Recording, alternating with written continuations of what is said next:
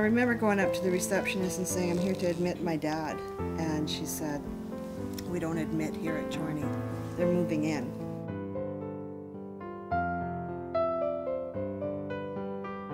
Dad, unfortunately, got sick, and it was a slow progression, but particularly in the last year, we really saw the disease progress and take effect. And all we wanted to do was the best for Dad.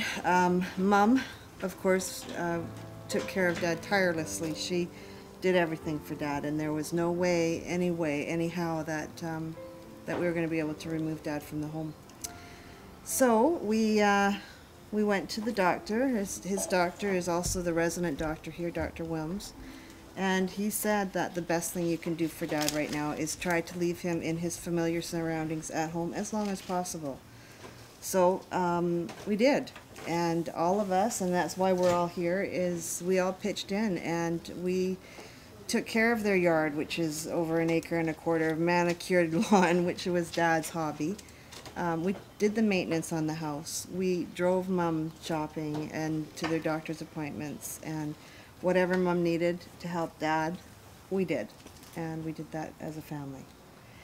We also contacted Fraser Health and went through that 4-hour grueling interview, but in preparation for what we knew was coming, and they helped us a little bit.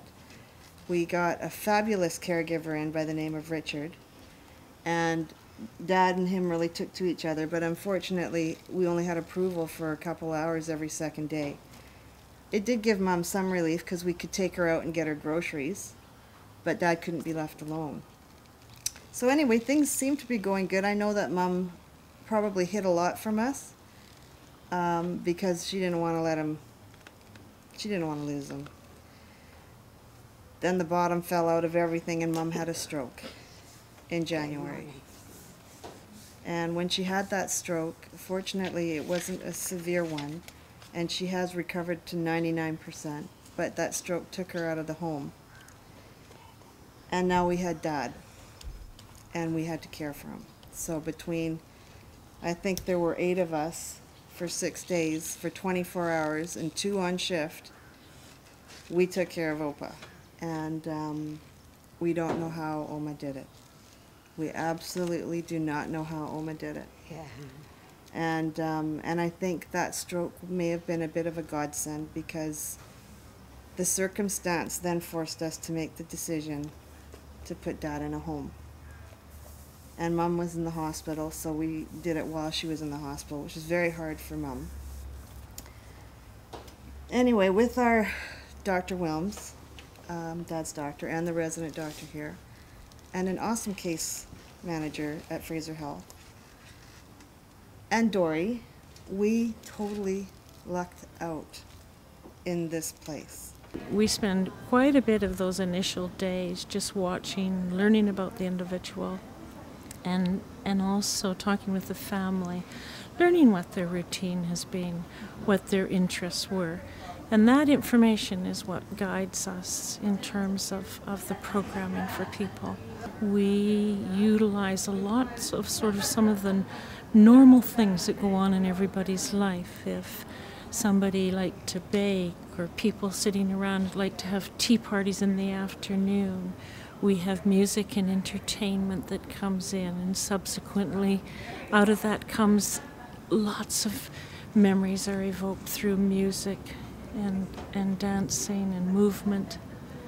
Walks, you've noticed that we're situated in the country, so they've got the gardens and gardening, enjoying the flowers, the wind in the trees, the sitting together and watching the birds, going for a walk down the lane. So it's utilizing the environment in the best way that we can, the inside environment and our external environment. There's so many great things here. He goes by his, yeah, they have the barbecues. They have a family meeting, which we've already had our first one, where they have all attend, the doctors, the pharmacists, a caregiver, the social worker, the RN. They're all there to answer any questions we might have about how Dad's care is going, And that was a really good experience. We had our first one in June. And Dad's only been here since February, and we've already got this homey feeling here, as you can see by this.